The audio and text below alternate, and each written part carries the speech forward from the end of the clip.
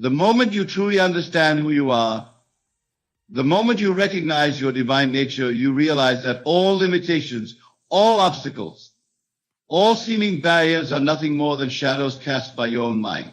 They have no power except the power you give them through your belief in their reality. Tonight, I want to shatter those illusions and reveal to you the magnificent being you truly are. I want you to understand that your imagination is not some idle faculty of the mind, but the very creative power of God Himself operating through you. When I tell you to act as if nothing can stop you, I am not speaking of mere positive thinking or wishful dreaming. I am speaking of the fundamental law of creation itself, the law by which all things come into being. Every night when you lay your head upon your pillow, you enter into the creative workshop of the universe. In that state between waking and sleeping, in that drowsy, peaceful condition, your conscious mind relaxes its hold, and your imagination becomes receptive to impressions. It is in this state that you must plant the seeds of your desire, seeing yourself as already being the person you wish to become, already living the life you wish to live. But here is what most people fail to understand. You must act from the end. You must assume the feeling of the wish fulfilled. If you desire success, you must feel successful now.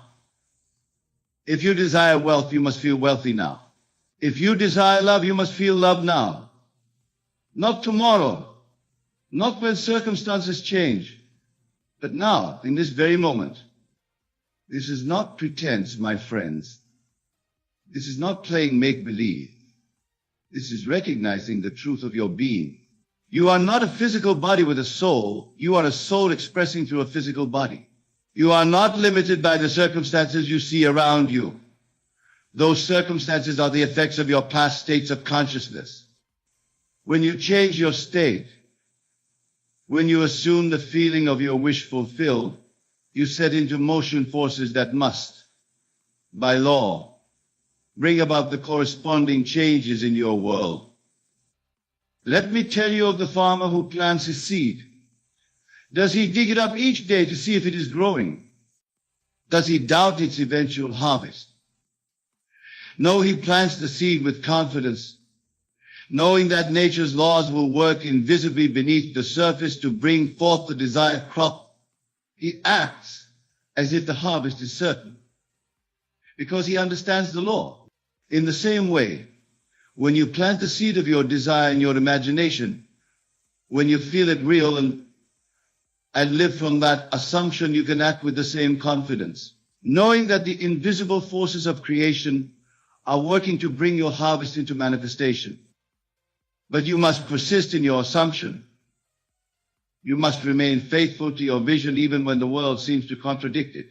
This is where most people fail. They plant the seed of their desire, but when they do not see immediate results, they begin to doubt.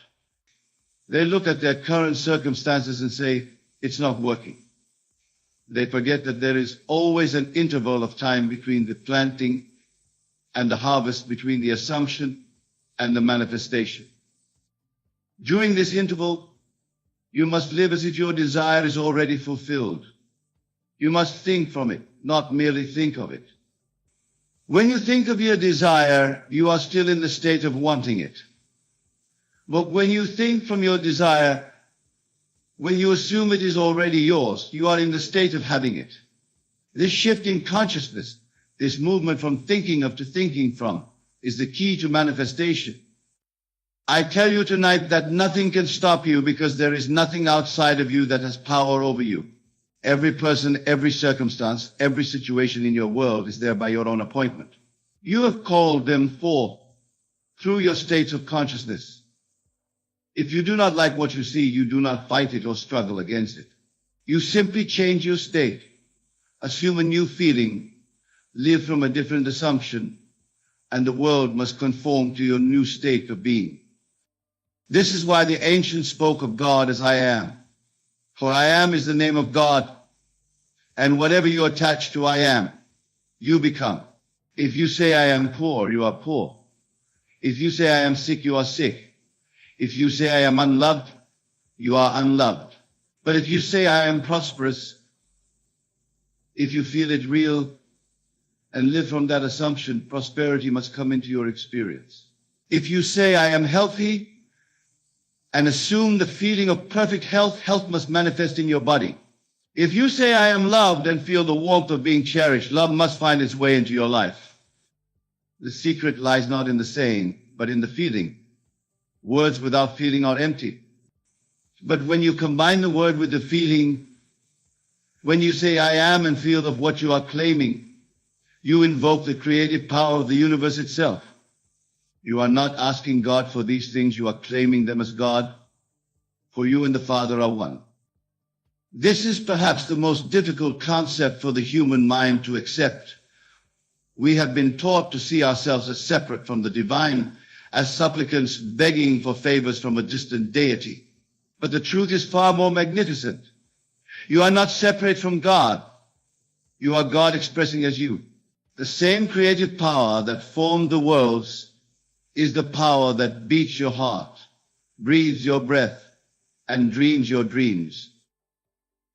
When you truly grasp this truth, when you really understand that you are the operant power, that you are the one imagining your world into existence, then you can act as if nothing can stop you, because you know that nothing can stop you.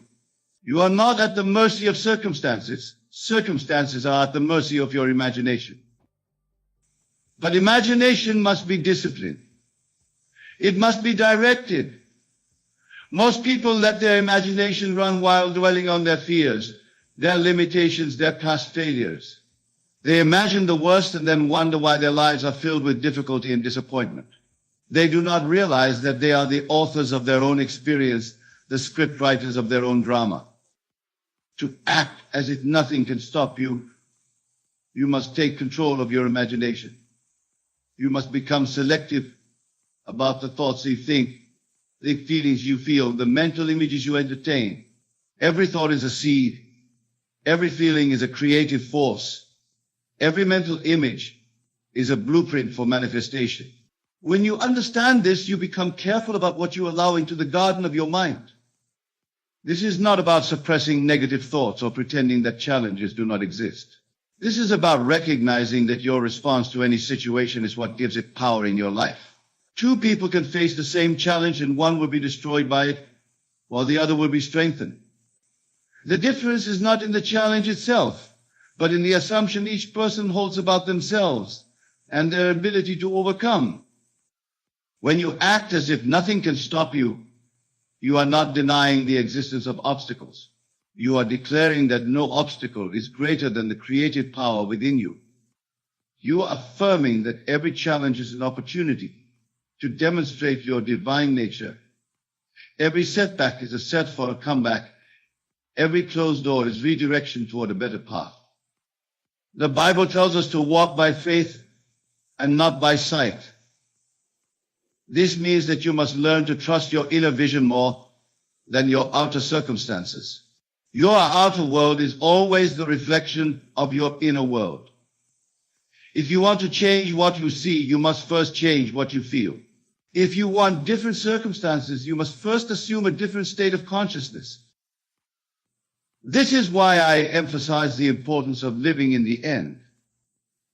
You must see yourself as already having achieved your goal, as already being the person you want to become. You must feel the satisfaction of accomplishment, the joy of fulfillment, the peace of having arrived. When you live in this feeling, when you make it your dwelling place, the external world has no choice but to conform to this inner reality. But you must be persistent. You must be consistent. You must maintain your assumption even when the evidence seems to contradict it. This is faith in its truest form. Faith is not hoping that something might happen. Faith is knowing that it must happen because you have already felt it real in your imagination. Let me share with you the story of a man who came to me years ago broken and defeated. He had lost his business, his home, his family's respect. He felt as though everything that could go wrong had gone wrong. But I taught him this principle I am sharing with you tonight. I taught him to act as if nothing could stop him from reclaiming his success and prosperity. Every night he would lie in bed and imagine himself in his new office, in his new home, surrounded by the respect and admiration of his family. He would feel the texture of success, taste the sweetness of accomplishment, breathe the air of prosperity. During the day when circumstances seemed to mock his vision, he would return to his inner dwelling place, to the feeling of the wish fulfilled. Month after month he persisted. While others saw only his failures, he saw his future success. While others spoke of his limitations, he dwelt in the feeling of his unlimited potential. And gradually, imperceptibly at first, then with increasing momentum, his outer world began to conform to his inner assumption. Opportunities appeared where none had existed before. Resources manifested from unexpected sources.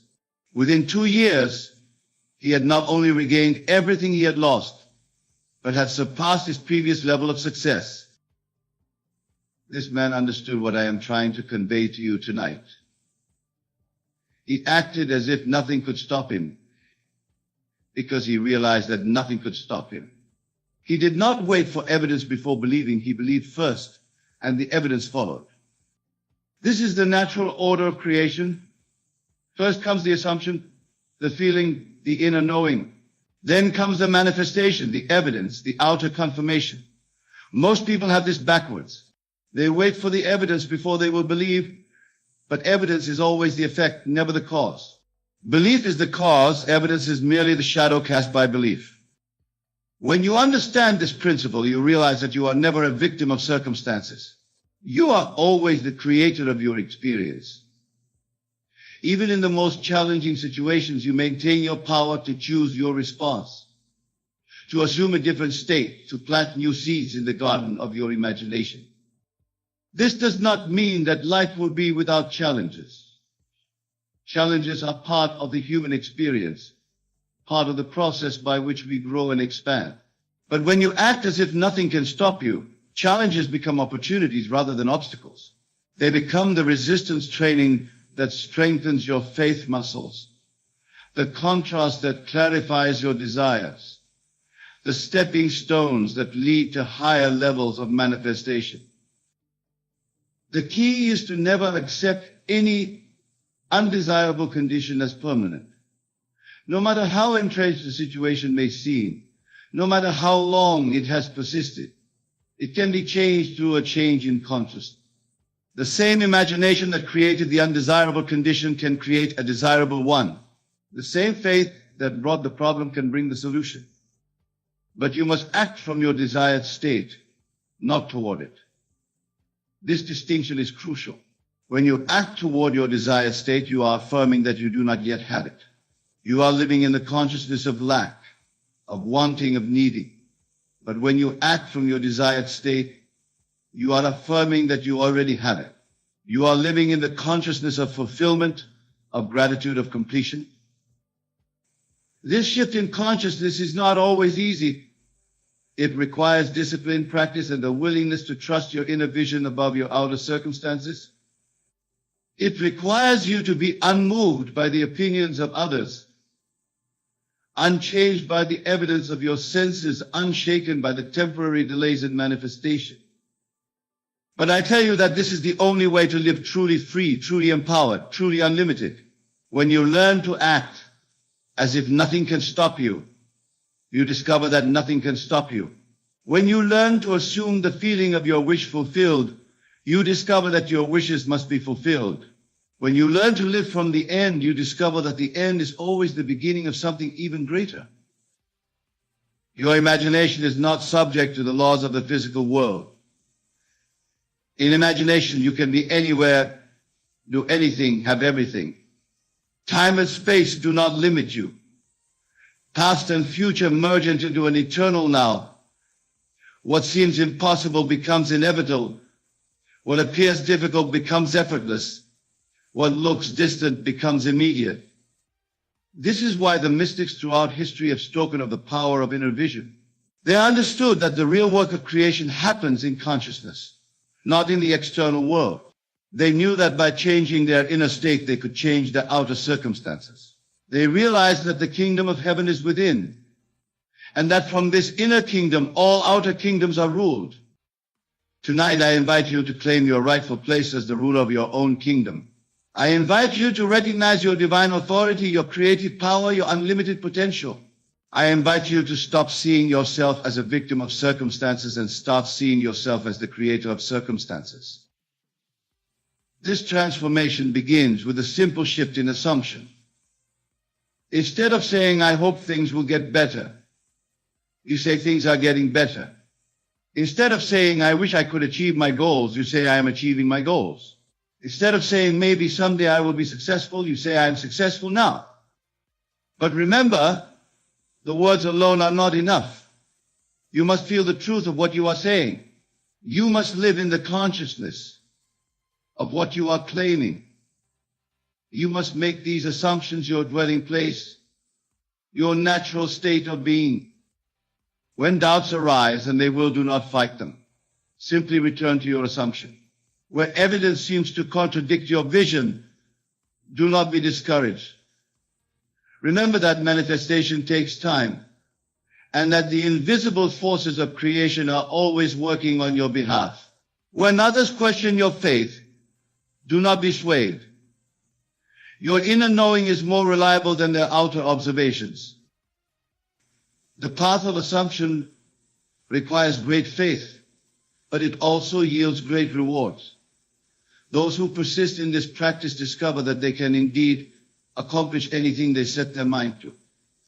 They find that obstacles dissolve before their unwavering faith, that resources appear to support their endeavors, that the right people come into their lives at the right time. This is not magic, though it may seem magical to those who do not understand the law. This is science, the science of consciousness, the physics of faith, the mathematics of manifestation. Just as there are laws governing the physical world, there are laws governing the mental and spiritual worlds.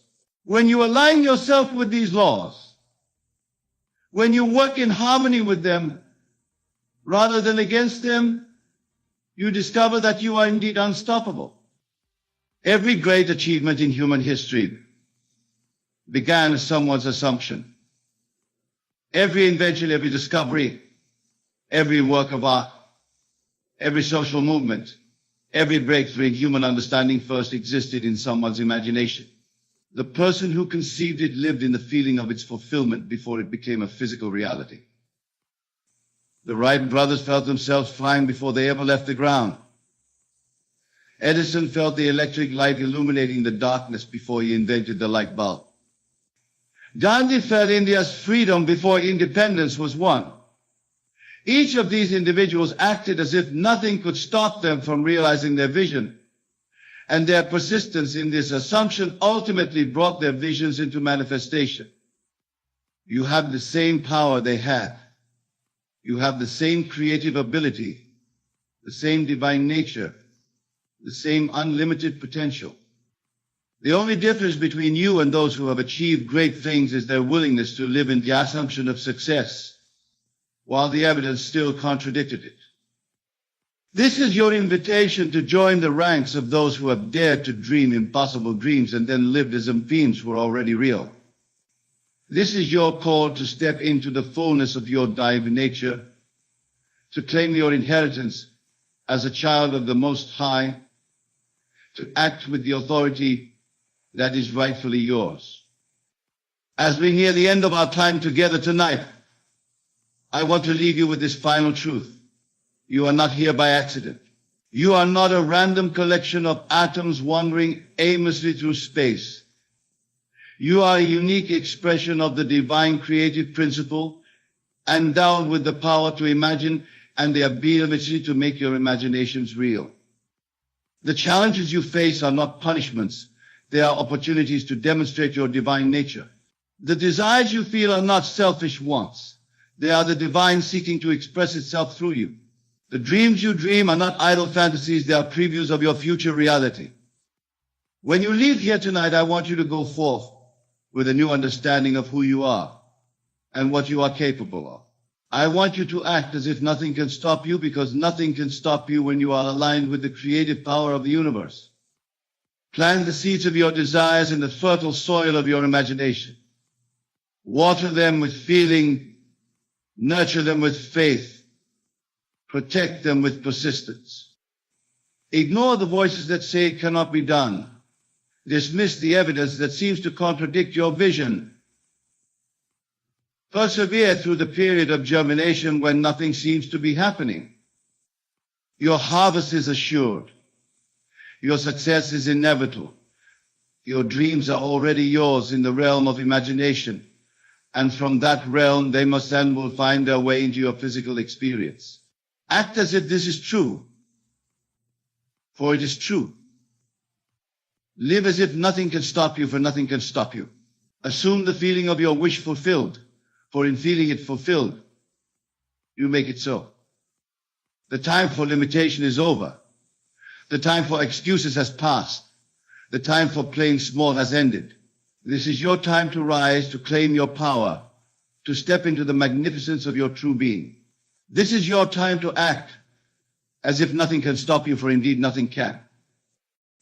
The world you perceive around you is not separate from you, but a reflection of your inner state. Your consciousness is the only reality, and what you hold in your mind and heart manifests in your experience. This is the fundamental principle that underpins all creation, including what we commonly refer as luck. Now you might be thinking, but Neville, I've seen people who seem naturally who effortlessly effort good fortune. How can this be if luck is a state of consciousness? To this I say, look closer. Those who appear naturally lucky are often those who consciously or unconsciously have aligned their inner state with the very essence of good fortune. They expect good things to happen to them. They approach life with a sense of optimism and possibility. They see opportunities where others see obstacles. In short, they have cultivated a lucky state of consciousness, and the outer world has no choice but to conform to this inner reality. So how does one cultivate this state of consciousness? How does one become the luckiest person in the world? The answer, my friends, lies in the power of your imagination and your ability to assume the feeling of your wish fulfilled. Imagine, if you will, what it would feel like to be the luckiest person in the world. Close your eyes for a moment and really feel it. How would you carry yourself? What thoughts would occupy your mind? How would you react to the events of your day? You see, when you assume the feeling of being lucky, when you live from that state, you begin to notice opportunities that were always there but previously invisible to you. You become more open to synchronicities and coincidences that seem to work in your favor. You start to make decisions from a place of confidence and expectation of positive outcomes. This is not mere positive thinking or wishful daydreaming. This is the deliberate use of your imagination to reshape your consciousness and consequently your reality. Remember, your imagination or the fantasy spinning machine is the very workshop wherein your world is created. Now let us delve deeper into the practical application of this principle. To be the luckiest person in the world, you must first redefine what luck means to you. Is it financial abundance, harmonious relationships, perfect health, exciting opportunities? Whatever it may be, you must create a clear mental image of what being lucky looks like in your life. Once you have this image, your task is to make it so vivid, so real in your imagination, that when you open your eyes, you are surprised to find that it hasn't yet materialized in your physical reality. This is the art of living from the end, experiencing in your imagination the fulfillment of your desire with such intensity that it becomes your dominant mental state. Let me give you an example. Suppose you desire financial abundance as a manifestation of your luck. Instead of anxiously worrying about bills or constantly affirming that money will come to you, you must assume the state of already being financially abundant. In your imagination, feel the relief and joy of having more than enough money. Experience the freedom of being able to buy what you want when you want it. Feel the satisfaction of being generous with your wealth. Make this imaginal act so real that you can almost feel the crisp bills in your hand or see the impressive figures in your bank account. As you practice this, you'll notice a shift in your consciousness. You'll begin to feel more relaxed about money. You'll start to notice financial opportunities that you might have overlooked before. You'll make decisions from a place of abundance rather than scarcity. And gradually your outer world will reshape itself to match this new inner reality. But remember, my dear friends, this practice is not about forcing or straining. It's about allowing yourself to feel the naturalness of your desired state. The luckiest person in the world doesn't constantly think about being lucky, they simply are. They live from that state effortlessly, naturally, as if it were the most normal thing in the world. Now, some of you might be thinking, but Neville, what about hard work and effort? Surely luck isn't everything. And to this I say, inspired action is indeed a crucial part of manifestation. But this action comes from a different place than mere toil and struggle.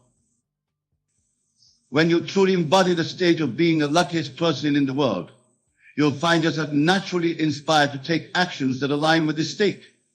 These actions won't feel like hard work. They'll feel joyful, exciting, almost effortless. You'll be in the flow, so to speak, riding the wave of your good fortune.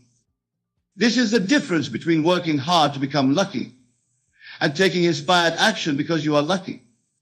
The former is an uphill battle. The latter is a joyous unfolding.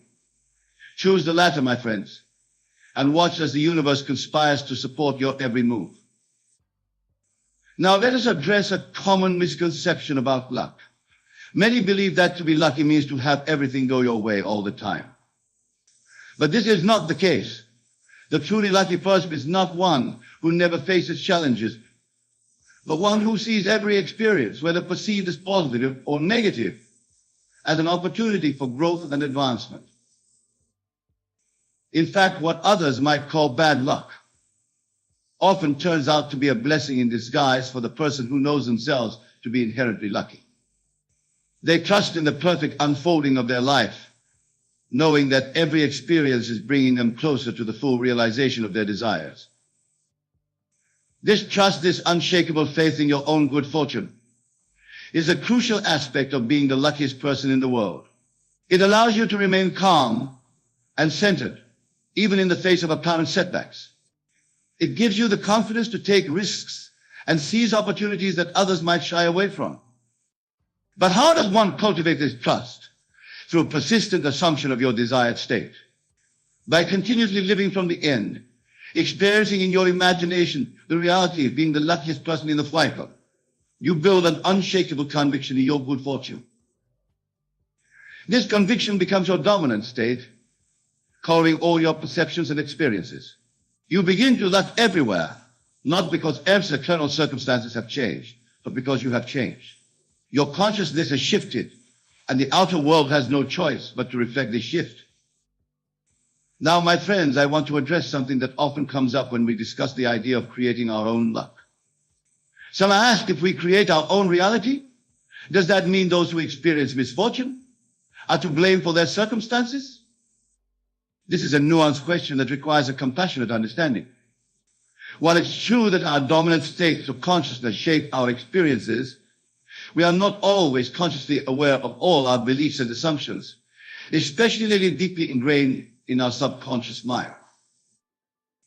Moreover, we are part of a collective consciousness, and sometimes we experience events that reflect with beliefs rather than individual ones. The key is not to judge or blame, but to recognize that no matter what circumstances we find ourselves in, we always have the power to choose our response. This choice, the choice of how to perceive and respond to our experiences, is where our true power lies. The luckiest person in the world is not one who never faces challenges, but one who sees every challenge as an opportunity for growth. Every setback is a setup for a comeback. So if you find yourself in circumstances that seem unlucky, do not despair. Instead, ask yourself, how can I use this experience to cultivate the state of being lucky? What opportunity for growth and transformation is hidden within this challenge? By reframing your experiences in this way, you begin to shift your consciousness. You move from a state of victimhood to a state of empowerment. And as your consciousness shifts, so too will your experiences. Now let us delve deeper into the practical aspects of embodying the state of being the luckiest person in the world. One powerful practice is to start your day by assuming this state. As soon as you wake up, before you engage with the outside world, take a few moments to feel the reality of being incredibly lucky. Feel the excitement of knowing that wonderful opportunities await you. Feel the confidence of knowing that everything will work out in your favor. Feel the joy of living a charmed life. Let this feeling permeate every cell of your being. As you go about your day, maintain this feeling. When you interact with others, do so from the state of being lucky. When you make decisions, make them from this state. When challenges arise, face them from this state. You'll be amazed at how this simple practice can transform your day. You'll start to notice synchronicities and fortuitous events. You'll find yourself in the right place at the right time. Opportunities will seem to fall into your lap. This is not coincidence. This is the outer world conforming to your inner state. Another powerful practice is to review your day through the lens of luck before you go to sleep. Reflect on all the ways in which you were lucky that day. Even seemingly small things, finding a parking spot easily, receiving a compliment, enjoying a delicious meal, can be seen as manifestations of your luck. By focusing on these experiences of luck, you reinforce the state of being lucky in your consciousness. You're essentially telling your subconscious mind, this is who I am. I am the luckiest person in the world. And your subconscious mind, being the faithful servant that it is, will work tirelessly to make this statement a reality. Now, some of you might be wondering, but Neville, what if I don't feel lucky? What if my current circumstances seem to contradict the idea that I'm the luckiest person in the world? This, my friends, is where the real work begins. This is where you must exercise your faith in your imagination. Remember, your imagination is more real than the world of physical senses. What you imagine and feel to be true is more powerful than what your physical senses report. So even if your current circumstances seem unlucky, you have the power to imagine and feel a different reality. This is not about denying your current experiences, but about choosing which experiences you give your attention and emotional energy to. By consistently focusing on and feeling the reality of being lucky, despite any seeming contradictions in your physical world, you begin to shift your state of consciousness. And as your consciousness shifts, your experiences must follow suit. Think of it like tuning a radio. Just as you tune into different frequencies to receive different stations, you can tune your consciousness to different states to experience different qualities. By persistently tuning into the frequency of luck and good fortune, you begin to receive experiences that match this frequency. Now let's address another important aspect of being the luckiest person in the world, gratitude. Gratitude is not just a pleasant emotion, it is a powerful creative force. When you're grateful, you're essentially saying to the universe, thank you for this, and please send more. The luckiest person in the world is deeply grateful for everything in their life. Not just the big obvious blessings, but also the small, everyday miracles that we often take for granted. They're grateful for the air they breathe, for the ground beneath their feet, for the ability to think and feel and experience life. This attitude of gratitude creates a positive feedback loop. The more grateful you are, the more you notice things to be grateful for. The more you notice these things, the luckier you feel. The luckier you feel, the more fortunate experiences you attract. It's a beautiful, self-perpetuating cycle of good fortune. So make gratitude a daily practice. Each morning when you wake up, and each night before you go to sleep, take a few moments to count your blessings. Feel the genuine emotion of thankfulness for all that is good in your life. And don't just be grateful for what you met for what's coming, for the desires that are in shares be. This practice of being grateful in advance is another way of living from the end. It reinforces your assumption of being the luckiest person in the world. It aligns your consciousness with the reality of your fulfilled invite. Now, my dear friends, as we continue our exploration of how to be the luckiest person in the world, I want to touch upon the concept of detachment. This might seem counterintuitive at first. After all, if you want to be lucky, shouldn't you be intensely focused on and attached to that desire. But here's a paradox. True manifestation comes from a place of detachment. When you're overly attached to a specific outcome, when you're anxiously wondering when and how your luck will manifest, you're actually pushing it away. You're operating from a state of lack, of not having, which contradicts the state of being lucky. The luckiest person in the world doesn't wonder when their luck will come. They know they are already lucky. They trust in the perfect unfolding of their life. They're detached from specific outcomes because they know that whatever comes their way is for their highest good. This detachment doesn't mean indifference. It means trusting so completely in your good fortune that you relax and enjoy the journey until everything is working out perfectly for you. It's the confident expectation of a child on Christmas Eve, excited for the gifts to come, but not anxious or doubtful. Cultivating this state of relaxed confidence is key to being the luckiest person in the world. It allows you to be open to possibilities that you might not have considered. It enables you to recognize opportunities that you might have overlooked if you were fixated on a particular outcome. So how does one cultivate this state of detached expectation? Through regular practice of your imaginal acts. By consistently assuming the feeling of being lucky, by living from that state in your imagination, you build an unshakable confidence in your good fortune. This confidence allows you to relax, to let go of the how and the when.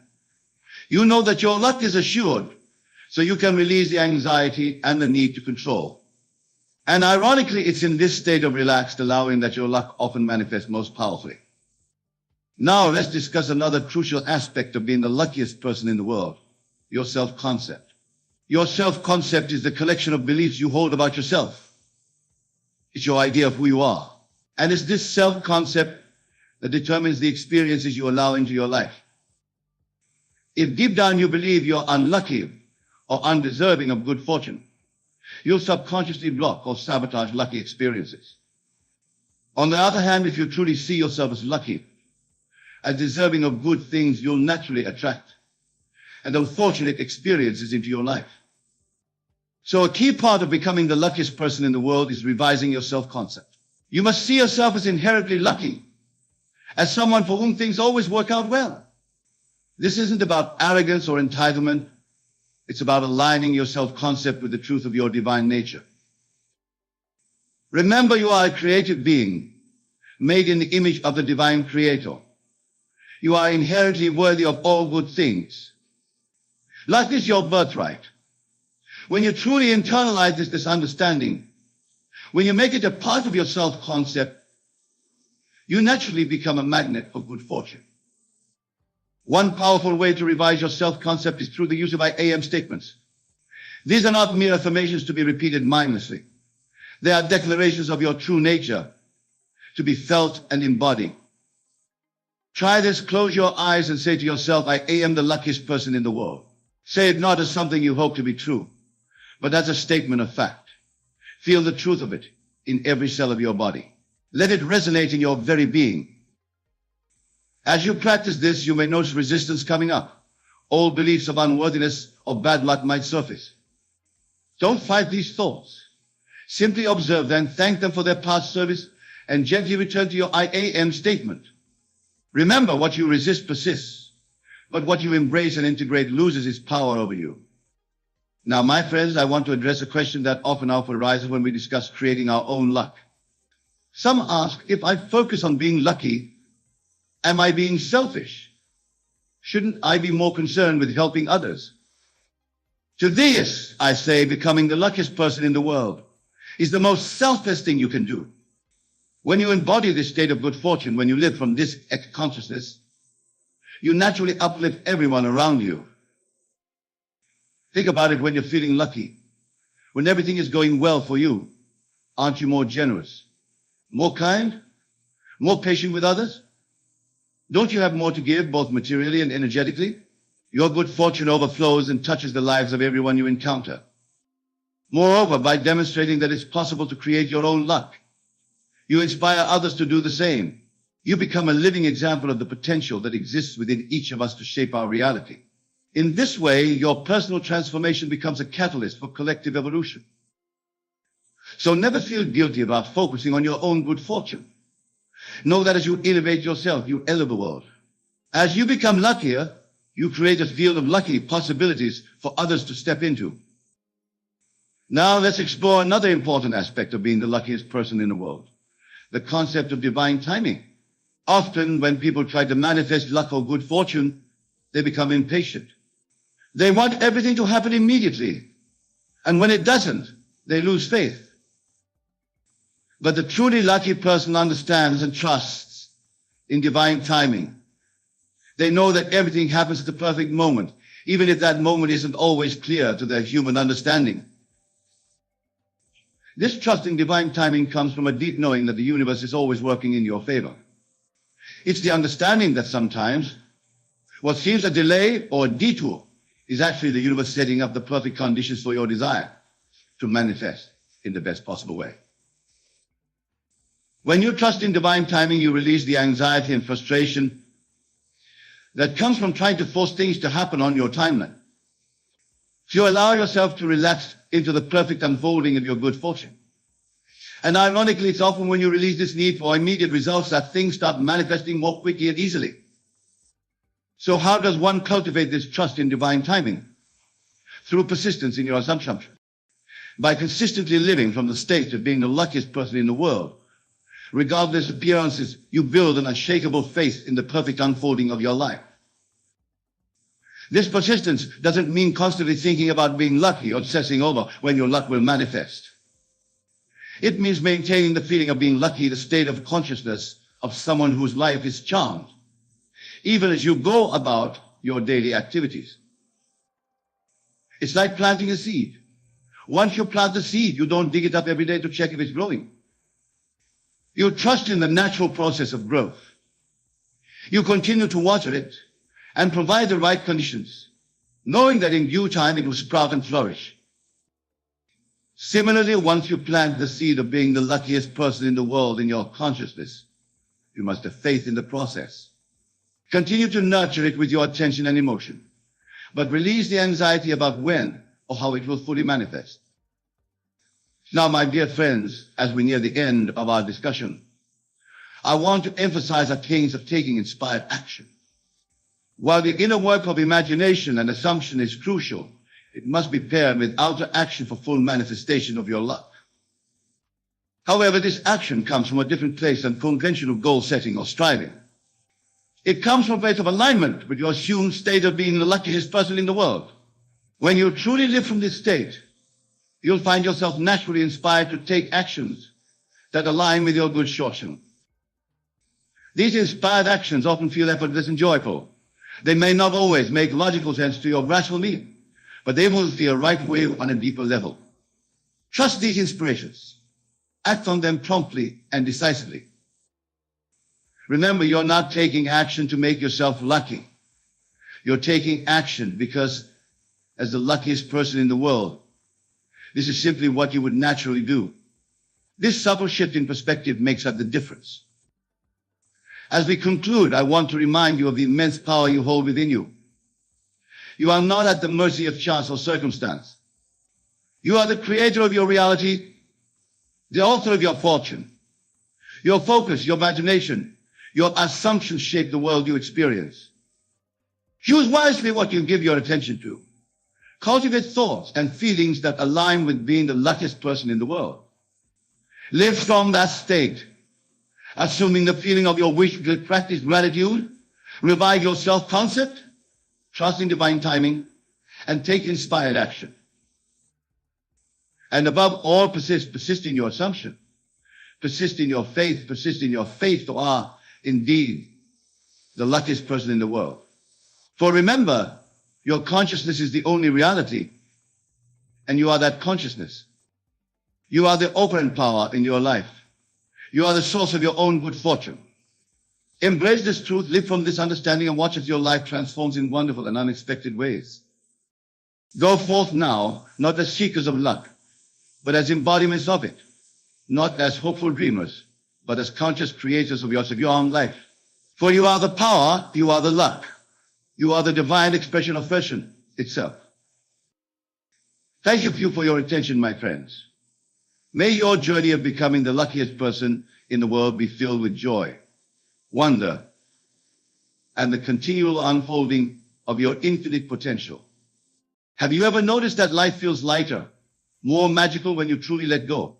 When you stop trying to control everything and just breathe? Today I'm going to share something that changed my life completely, and I know it will change yours too. Close your eyes for a moment. Feel the gentle rise and fall of your breath. This simple act of being present, of letting go, this is where your power lies. Not in struggling, not in fighting, but in surrendering to the infinite intelligence within you. You see, most people live their entire lives in a state of resistance. They're constantly pushing against what is, fighting what could be, worrying about what might be. But I'm here to tell you something that might shock you. The universe isn't separate from you. It's an extension of your consciousness. Think about how you feel when you're truly happy. In those moments, you're not trying to control anything. You're simply being. This state of being, this natural flow, this is your true power. But most never realize this because they're too busy trying to make things happen. Let me share something profound with you. Every time you worry about the future, every time you stress about how something will work out, you're actually resisting the natural flow of life. You're telling the universe you don't trust it. And what you resist persists. I remember a time when I was constantly trying to control everything in my life. Every detail, every outcome. I was exhausted, frustrated, and nothing seemed to work out the way I wanted. Then I discovered something that changed everything. The power of letting go. You see, letting go isn't about giving up. It's about understanding that there's an intelligence far greater than your conscious mind at work. When you truly grasp this, something magical happens. Life starts working for you instead of against you. Think about when you're falling asleep. You don't try to fall asleep, do you? You relax and allow sleep to come. This same principle applies to everything in life. The more you try to force things, the more they resist. The more you let go and trust, the more naturally things flow. Most people approach life like they're swimming upstream, constantly fighting against the current. But what if I told you that everything you want is actually downstream? What if all you need to do is stop struggling and allow yourself to flow with life instead of against it? The universe operates through perfect law. Just as gravity doesn't sometimes work and sometimes doesn't, it's always working. The law of consciousness is always working too. Your only job is to align yourself with it through the art of letting go. Consider this. When you plant a seed in the ground, you don't dig it up every day to check if it's growing. You trust the process. You know that the seed contains everything it needs to become what it's meant to be. Your desires are exactly the same. Most people don't realize that they're constant checking their anxiety, their need to control. These are the very things preventing their desires from manifesting. It's like constantly digging up the seed to see if it's growing. When you truly understand the art of letting go, you'll notice something remarkable. Things start working out better than you could have planned. It's as if life itself is orchestrating events in your favor. But this can only happen when you get out of your own way. Think about breathing for a moment. You don't control each breath, do you? There's something within you that knows exactly how to breathe, how to digest food, how to make your heart beat. This same intelligence knows exactly how to bring your desires to fruition. I've observed that most people live in a state of constant tension. They're always trying to figure everything out, always trying to make things happen. But life doesn't work that way. Life unfolds naturally when you allow it to. Consider how a flower blooms. It doesn't strain or struggle. It doesn't try to force its petals open. It simply allows the process to unfold naturally. This is exactly how manifestation works, through allowing, not forcing. The secret that most miss is this: your natural state is one of ease and flow. Struggle is learned. Anxiety is learned. Trust and relaxation are your natural state, just as they were when you were a small child. Most never realize that their power lies not in doing, but in being. When you're in the right state of consciousness, life moves you toward your desires automatically. You don't have to figure out how. I think about when you're in a state of complete trust. Notice how everything seems to work out effortlessly. This isn't coincidence. This is the natural result of letting go and allowing the infinite intelligence within you to work on your behalf. Your only job is to maintain the state of the wish fulfilled. Not through effort or strain, but through relaxed awareness. Just as you naturally accept that the sun will rise tomorrow, accept that what you desire is already yours. I've watched countless people struggle because they think they need to make things happen. But I tell you this, everything you want is already created. Your job is simply to relax into the state where it exists. Consider how easily water flows around obstacles. It doesn't fight them. It doesn't try to break them down. It simply finds another way. This is how you should move through life, with fluid adaptability and trust. Most people approach manifestation like it's a battle to be won. But I tell you this, it's a garden to be tended. Plant your seed, your desire, water it with attention, and then let it grow naturally. Think about when you're deeply relaxed, perhaps just before falling asleep. In those moments, your mind isn't racing to solve problems. You're simply being. This state of relaxed awareness is where your true power lies.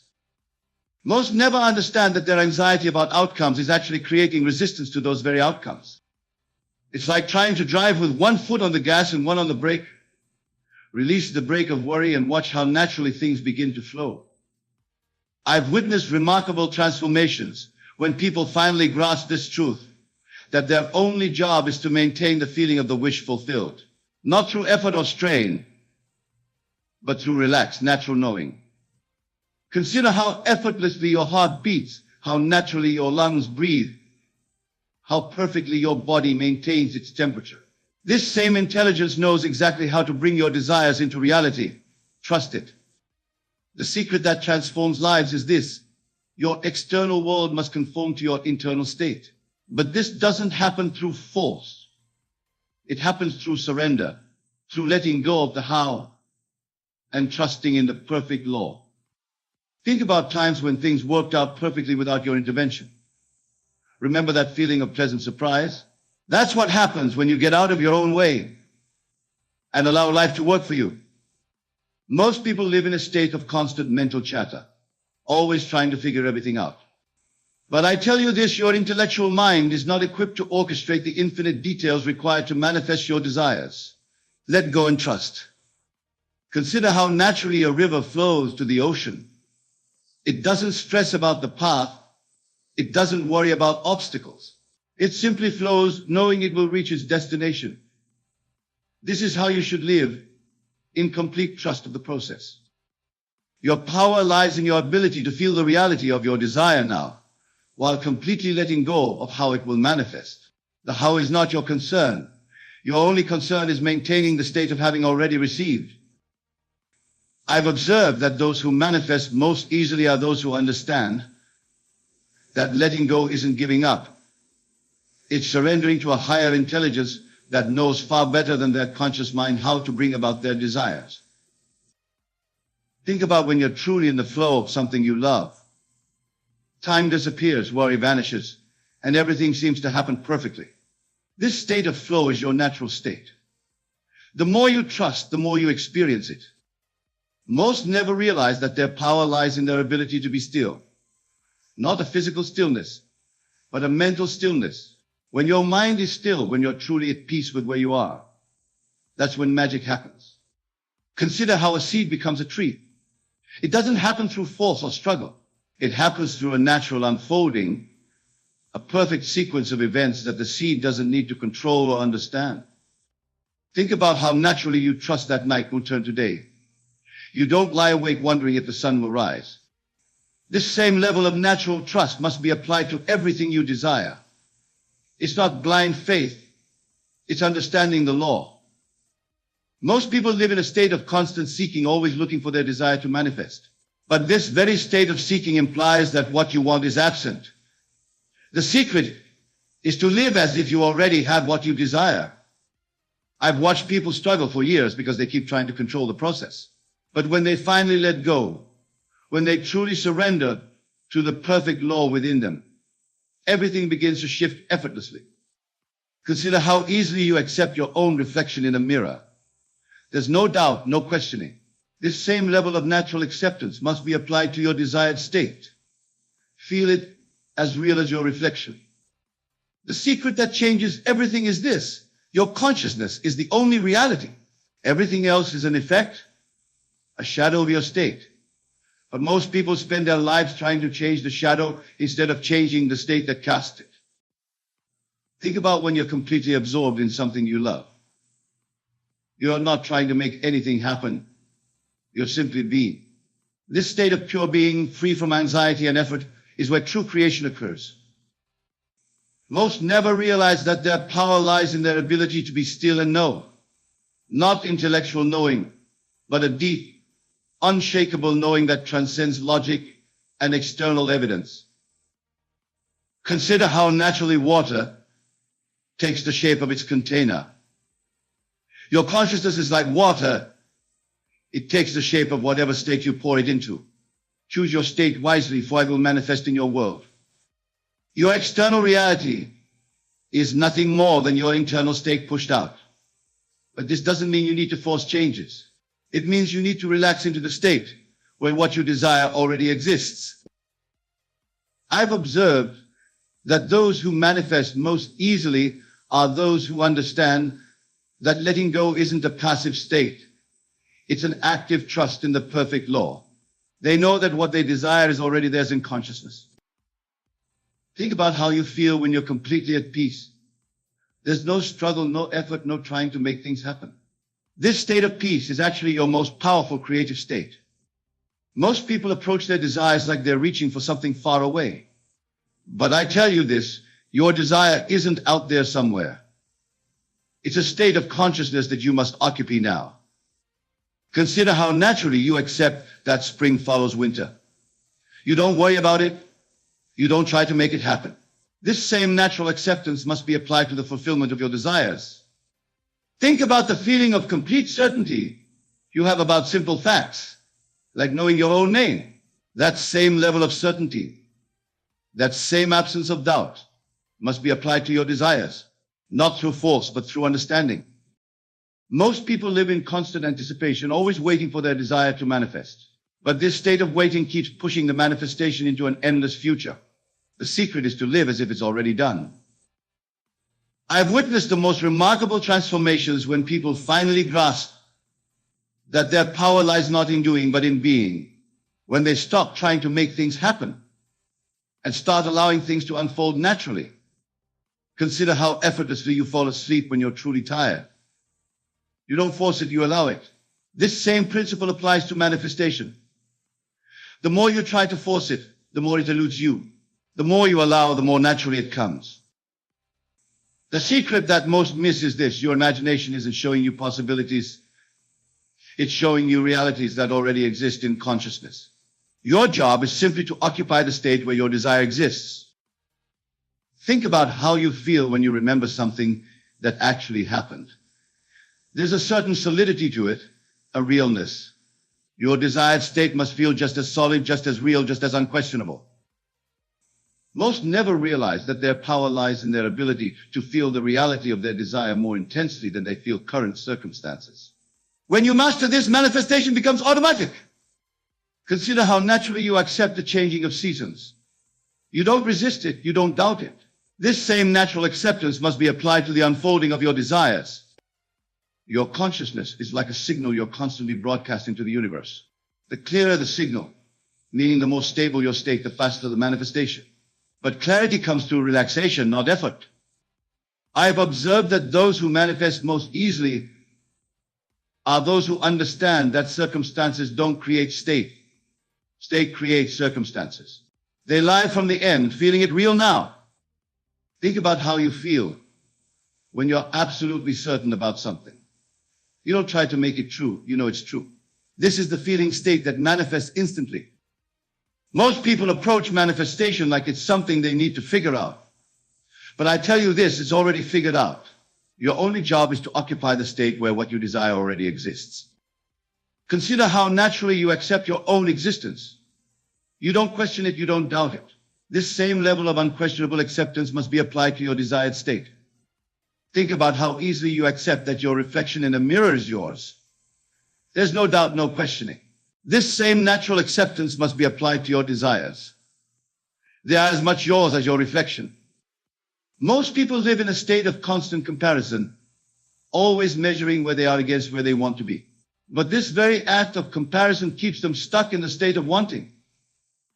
The secret is to live from the state of having. I've watched countless individuals transform their entire lives when they finally understood that their power isn't in changing thinking. Consider how naturally you accept that when you drop something, it will fall. You don't doubt gravity. This same unwavering acceptance must be applied to the law of consciousness. It's just as reliable as gravity.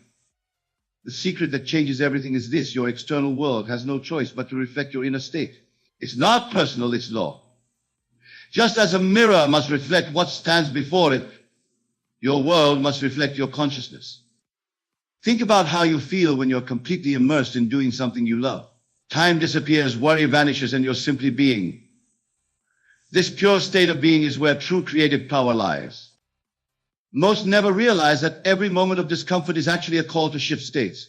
When you feel dissatisfied, it's not the circumstance that needs to change. It's your state of consciousness. Consider how naturally you accept that tomorrow will come. You don't worry about it. You don't try to make it happen. This same natural confidence must be applied to the unfolding of your desires. Your power to create isn't something you need to acquire. It's something you're using every moment. The question is, are you using it consciously or unconsciously? I have observed that those who manifest most easily are those who understand that their state of consciousness is like a frequency they're broadcasting. The clearer and more consistent the frequency, the faster the manifestation. Think about how you feel when you remember something that actually happened. There's a certainty to it, an unquestionable reality. Your desired state must feel just as certain, just as real. Most people spend their lives trying to manifest from a state of wanting, not realizing that wanting can only create more wanting. The secret is to manifest from a state of having. Consider how naturally you accept the air you breathe. You don't doubt its presence. You don't worry about its availability. This same natural acceptance must be applied to your desires. Think about how effortlessly water finds its level. It doesn't struggle. It doesn't force. It simply flows. Your manifestation should come just as naturally, just as effortlessly when you're in the right state. Most people live in a constant state of mental warfare, fighting against their current reality while trying to create a new one. But this very fight creates resistance. The secret is to relax into your desired state as naturally as you relax into sleep. I've witnessed remarkable transformations when people finally grasp that their only task is to maintain the feeling of their desire fulfilled, not through strain or effort, but through natural, relaxed awareness. Consider how easily you differentiate between hot and cold. You don't think about it, you just know. This same level of immediate, unquestioning knowing must be applied to your desired state.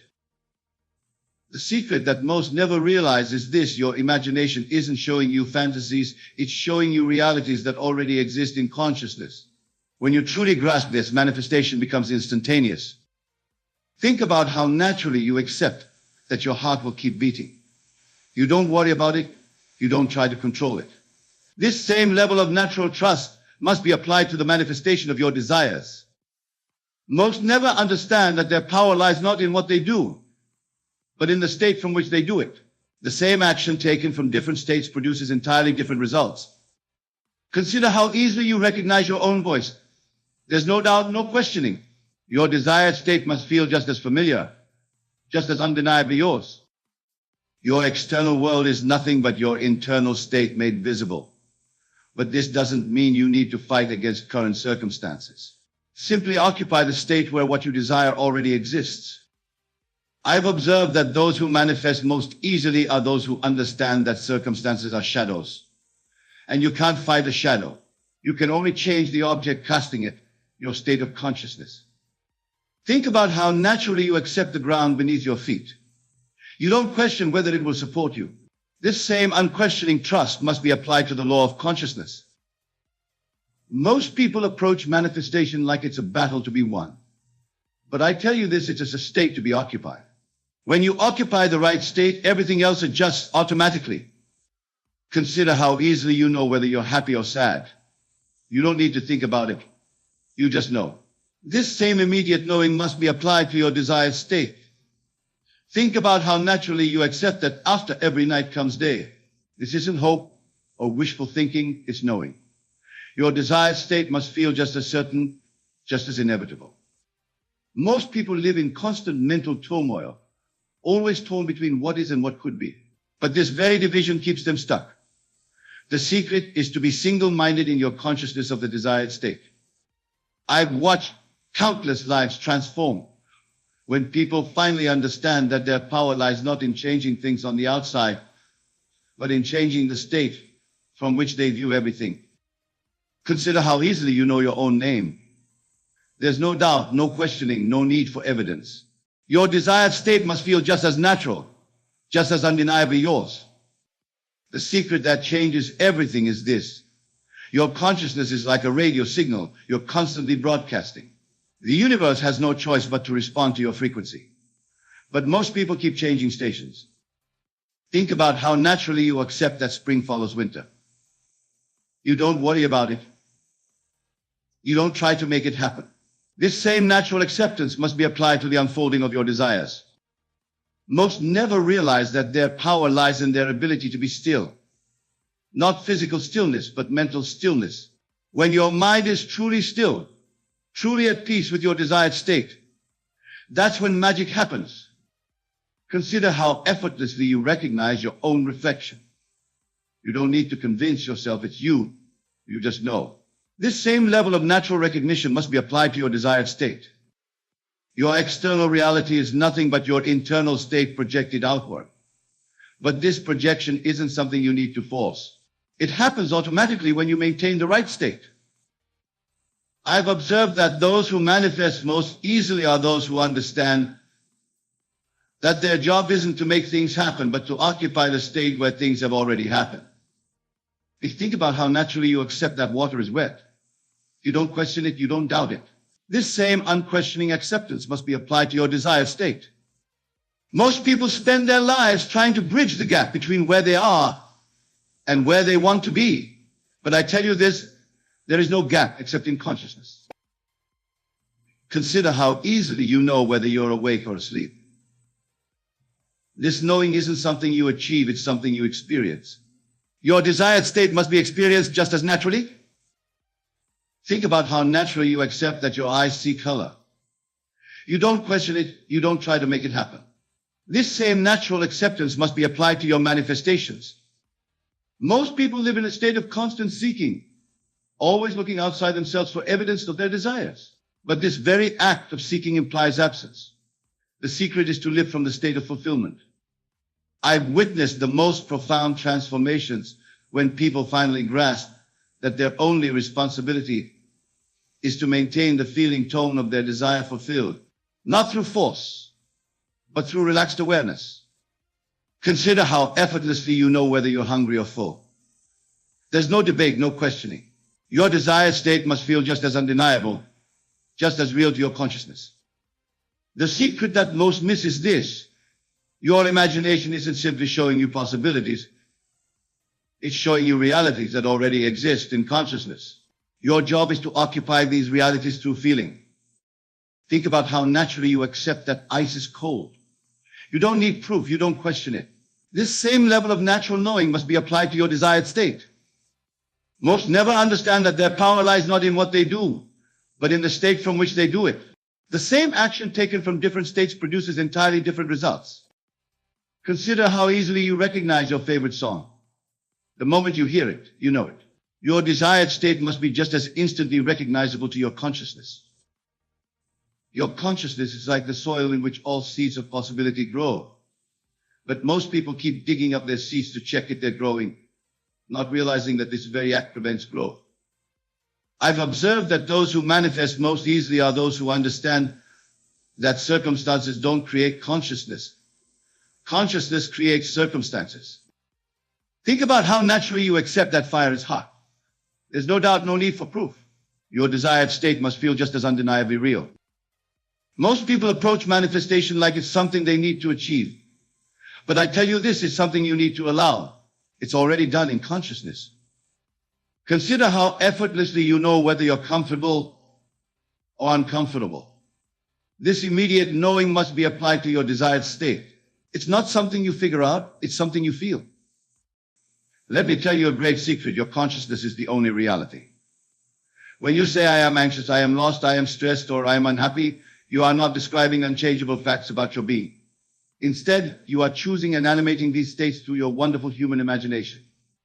In the Bible, it states, be ye transformed by the renewing of your mind. This is not mere poetry or religious sentiment. This is the law of consciousness. Your mind, your imagination is the workshop wherein all your experiences are fashioned. Consider this profound truth. Right now within you exists every state you could ever desire to occupy. The state of perfect peace, complete clarity, absolute confidence, boundless joy. These are not distant possibilities, but present realities within your consciousness. You see, when you feel lost, what is really happening? You have entered and accepted as real a state where confusion seems to be the reality. When you feel anxious, what is actually occurring? You have given life and power to a state where future uncertainties appear more real than your own divine nature. But I tell you this, you are not bound to these states. You are the awareness, the pure consciousness that can move between states at will. This is what the scripture means when it says, I am the door. Your I amness, your consciousness, is the door through which you enter and exit all states. Let me share with you what I call the law of consciousness. Whatever state you accept as real, whatever state you fully occupy in your imagination, must externalize itself in your experience. This is not theory, this is law. Now here's the wonderful news. Just as you have entered these unwanted states of anxiety, loss, stress, and unhappiness, you can move out of them. But then this is crucial. You do not fight against these states. You do not battle anxiety or wrestle with stress. Instead, you simply enter a new state. How do you do this? Through the law of assumption. When you feel lost, do not try to find your way. Instead, assume the feeling of being found. When you feel anxious, do not try to calm yourself. Instead, assume the feeling of perfect peace. When you feel stressed and unhappy, do not try to solve all your problems. Instead, assume the feeling of fulfillment and joy. You might ask, but how can I assume a feeling that seems so far from my current experience? Through your wonderful human imagination. Your imagination is not a void where you escape from reality.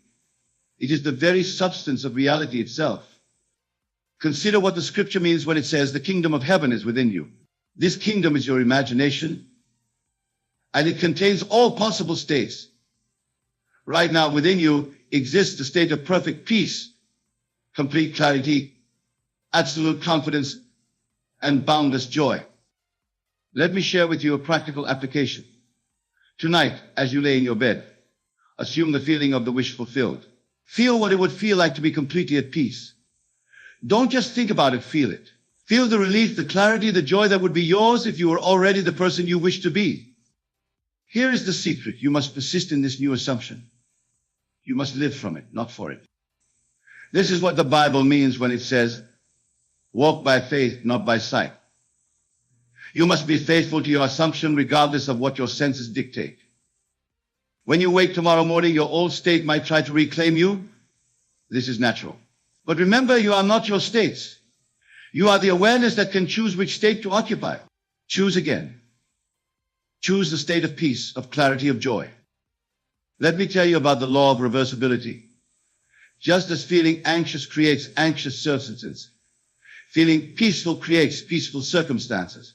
Just as feeling lost creates experiences of being lost, feeling found creates experiences of being found.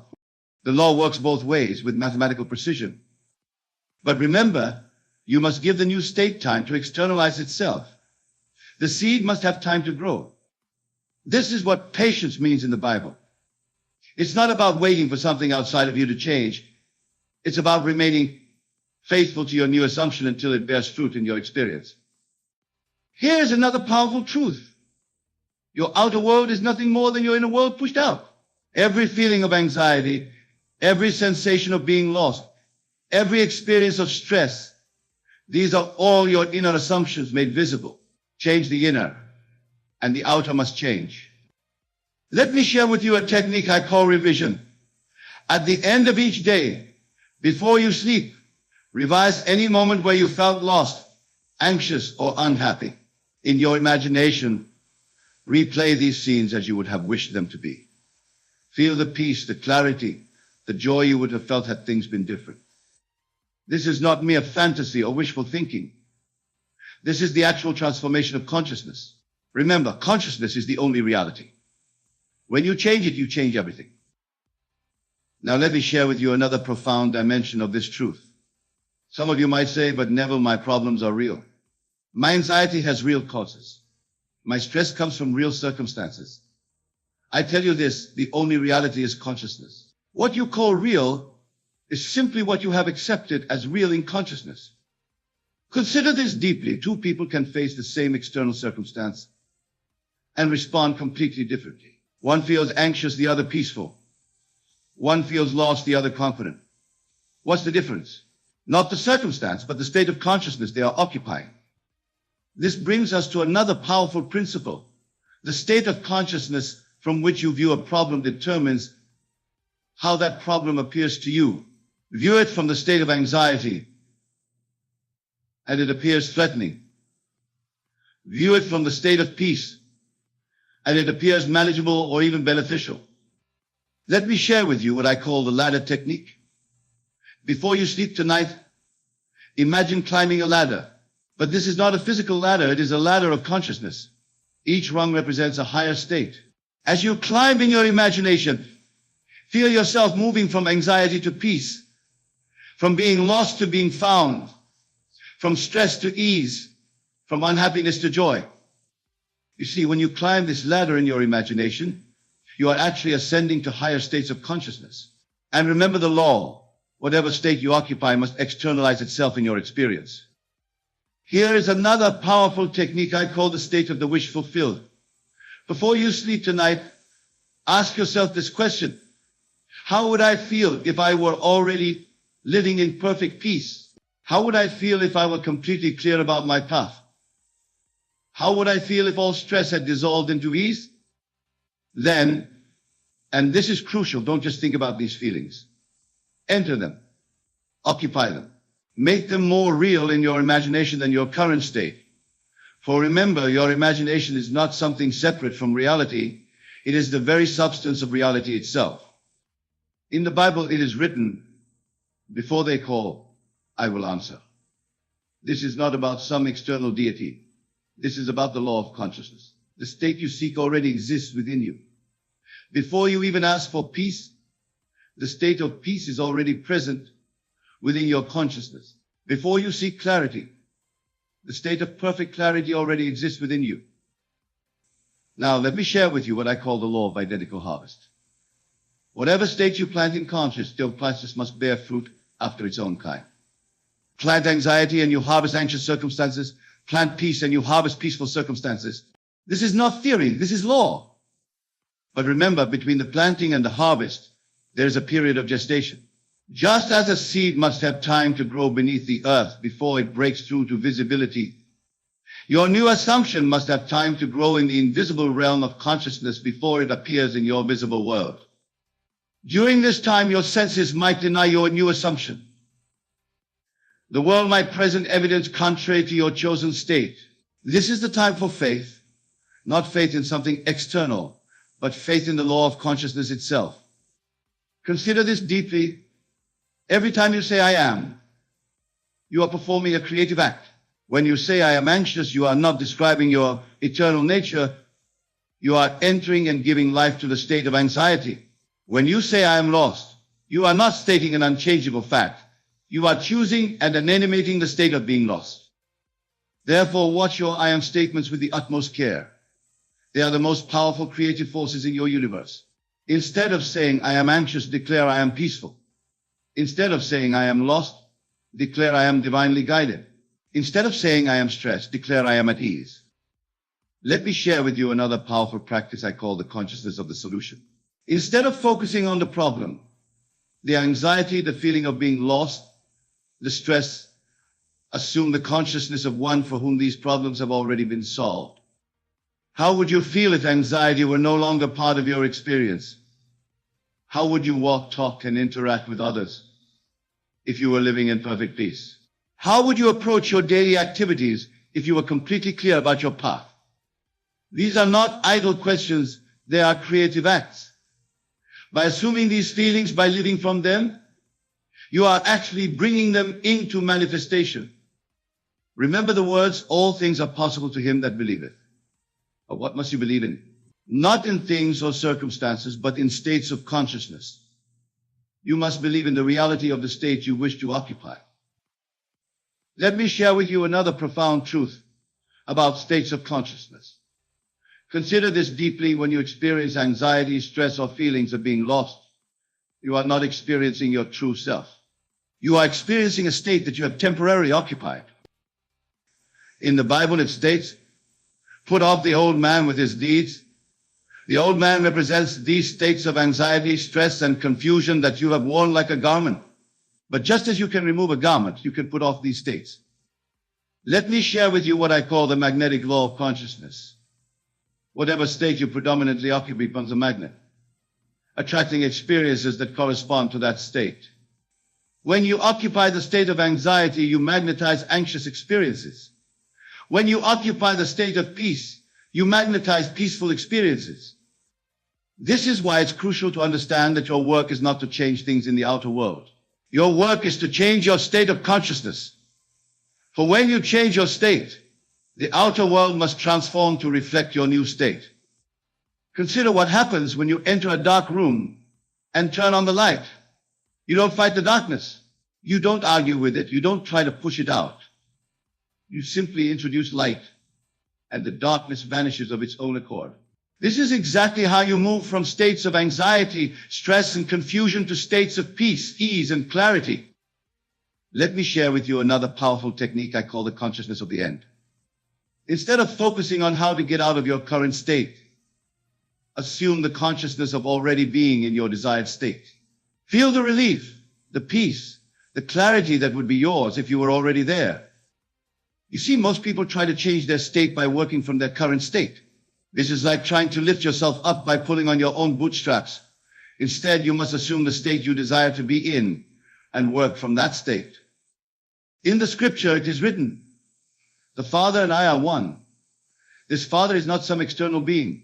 The Father is the state you wish to embody.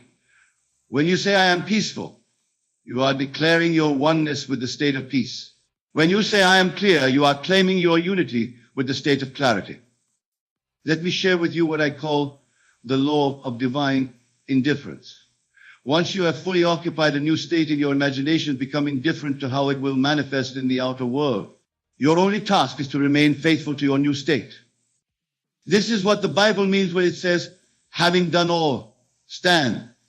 Having assumed your new state, having felt its reality, having lived from it in your imagination, simply stand. The outer world must reshape itself to match your inner assumption. Consider this profound truth. Your current experience of anxiety, stress, or feeling lost is not punishment. It is not a curse. It is simply the outpicturing of a state you have occupied. Change the state, and you change the experience. Let me share with you another powerful technique I call the consciousness of completion. Before you sleep tonight, feel the absolute completion of your desire. Feel the total absence of anxiety. Feel the complete presence of peace. Feel the perfect clarity of your path. You see, in the realm of consciousness, there is no process. There is only completion.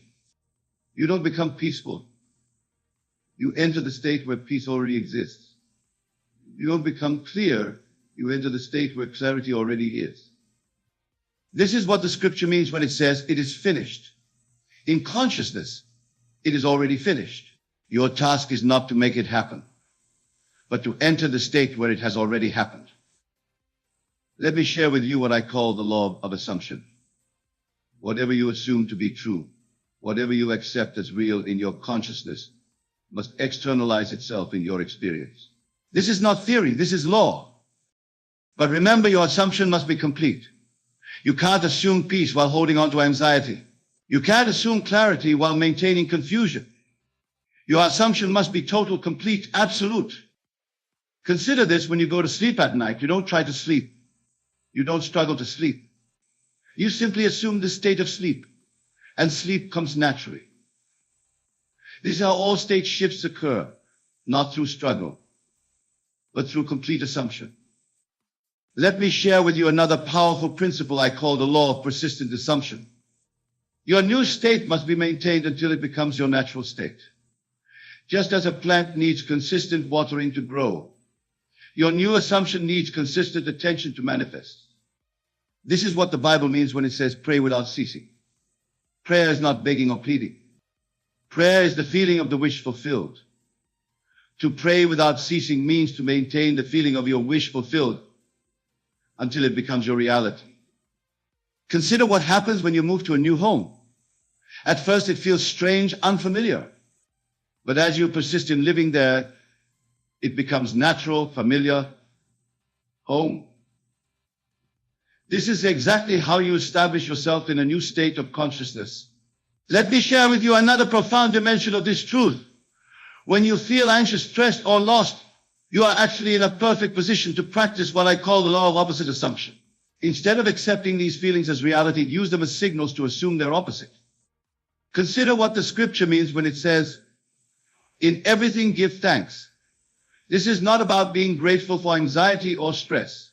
It's about recognizing that these states are showing you exactly what you need to assume in consciousness. Let me share with you what I call the polarity principle. Every state has its opposite. Anxiety has peace. Confusion has clarity. Stress has ease. Unhappiness has joy. Your task is not to fight the unwanted state, but to assume its opposite. You see, when you're feeling particularly anxious or lost, that's actually the perfect moment to practice what I call the instant reversal. In that very moment, ask yourself, what is the exact opposite of what I'm feeling right now? Then assume that opposite state. This is what the Bible means when it says, "Let the weak say, I am strong." It's not about denying your current experience. It's about choosing to assume its opposite in consciousness. Let me share with you another powerful technique I call the state of knowing. Instead of trying to figure out how to stop feeling anxious or lost, assume the state of one who knows they are peaceful and found. Feel the certainty of it. Live from that certainty. You see, most people try to reach peace through understanding. They think if they can just figure everything out, they'll feel peaceful. But I tell you this, understanding follows experience, not the other way around. Consider what happens when you learn to ride a bicycle. You don't understand first and then ride. You ride and understanding comes through experience. This is how you move into new states of consciousness. Let me share with you what I call the law of predominant mental atmosphere. Whatever state you predominantly occupy becomes your default experience. If you predominantly occupy the state of anxiety, anxiety becomes your default. If you predominantly occupy the state of peace, peace becomes your default. This is why it's crucial to practice what I call conscious state selection. Throughout your day, pause and ask yourself, what state am I occupying right now? Is this the state I choose to occupy? Remember the words, choose you this day whom you shall serve. This is not about choosing between external options. It's about choosing which state of consciousness you will serve, which state you will give your attention and energy to. Let me share with you another powerful practice I call the consciousness of completion. In this practice, you assume that what you desire is already complete. You don't work toward peace. You assume the state where peace is already your reality. You see, in the realm of consciousness, there is no process. There is only completion. You don't become peaceful. You enter the state where peace already exists. You don't become clear. You enter the state where clarity already is. Consider this profound truth. Your consciousness is like a room with infinite doors. Each door leads to a different state. Right now, you might be in the room of anxiety or confusion, but at any moment, you can open the door to peace, to clarity, to joy. Let me share with you what I call the law of state residence. Whatever state you reside in becomes your reality. Just as your physical residence becomes your home, your state of consciousness becomes your experience. This is what the scripture means when it says, "In my Father's house are many mansions." These mansions are states of consciousness. And you have the power to choose which mansion you will occupy. Remember, you are not your states. You are the awareness that can move between states. This is your divine nature, the power to choose and occupy any state you desire. Let me share with you another powerful principle I call the law of state momentum. The longer you occupy a state, the more momentum it gains. This works both ways. The longer you stay in anxiety, the more momentum anxiety gains. The longer you stay in peace, the more momentum peace gains. This is why it's crucial to catch yourself early when you find yourself entering an unwanted state. Don't wait until anxiety or stress has built up momentum. Choose your desired state as soon notice yourself entering an unwanted one. Consider what happens when a train begins to move. At first, it's easy to change its direction, but once it gains momentum, it becomes much harder to redirect. Your states of consciousness work the same way. Let me share with you what I call the law of state authority. Whatever state you occupy becomes the authority in your experience. Occupy the state of anxiety, and anxiety becomes the authority. Occupy the state of peace, and peace becomes the authority. This is what the Bible means when it says, "No man can serve two masters." You cannot simultaneously serve the state of anxiety and the state of peace. You must choose which state will be your master. Let me conclude by sharing with you the most profound truth about states of consciousness. Your journey from anxiety, stress, and feeling lost to peace, clarity, and joy is not really a journey at all. It is simply a shift in consciousness. Consider what the scripture means when it says, "Be still and know that I am God." This stillness is not physical stillness. It is the stillness of consciousness where you recognize your power to choose and occupy any state you desire. Let me share with you what I call the ultimate state secret. All states already exist completed and perfect within your consciousness. You don't need to create peace. You need to enter the state where peace already exists. You don't need to create clarity. You need to enter the state where clarity already is. This is why the Bible says the kingdom of God is within you.